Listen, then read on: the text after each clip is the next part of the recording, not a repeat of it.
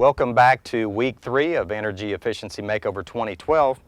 Last week we talked about windows. This week is going to be a continuation of the windows as well. We got started and replaced about half the windows last week, and we finished this week. But before we covered up the new energy efficient windows from Harry G. Barr, we wanted to go into a little bit more detail about how to seal these windows up and stop the unwanted air infiltration from coming into the house or leaving the house, exfiltration. But what we wanted to point out with just a simple Leatherman tool that has a knife on it is what we're talking about. We have 3 or 4 layers of wood here. One is the stop from the old window, and then we have some trim pieces. But here's what we're talking about. If I insert my knife between 2 of these pieces of wood, it goes in all the way. The blade goes all the way to the frame of the knife. But actually what you can't see, and it's hard to show you that, is that the tip of the knife is touching the retro foam that was installed by BPSI. So how do we fix that? Well, we've got about a 1/4 inch gap between the pieces of wood here, and that's where it's important to take some clear silicone caulk, and then we would apply a bead in between those pieces of wood. And that's going to stop the air from leaking into the house or out.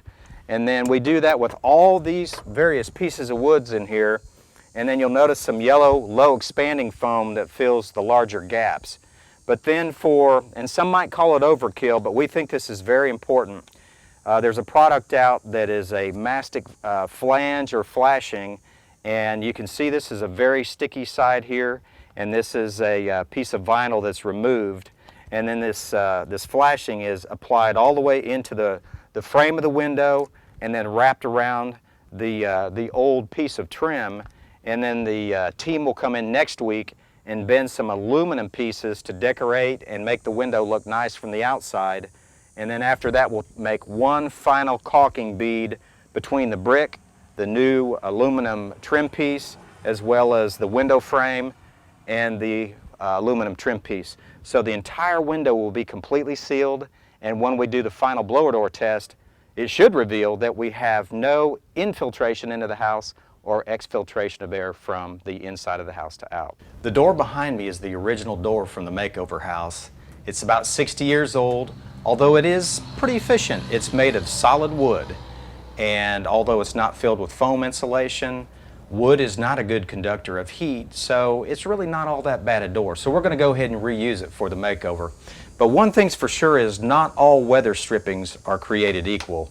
The weather stripping that was on it was worn out, and it's time to put on a new kit.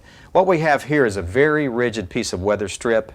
It's got a metal frame, and then it has a beaded foam that will rest against the door, and when the door is closed and locked properly, then this seal will rest against the door, and it won't allow any air to come in from outside or leave the house.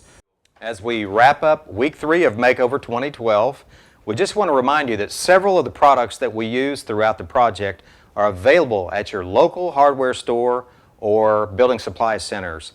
And most of them are very affordable, very inexpensive, and make a huge difference on your utility bill and comfort.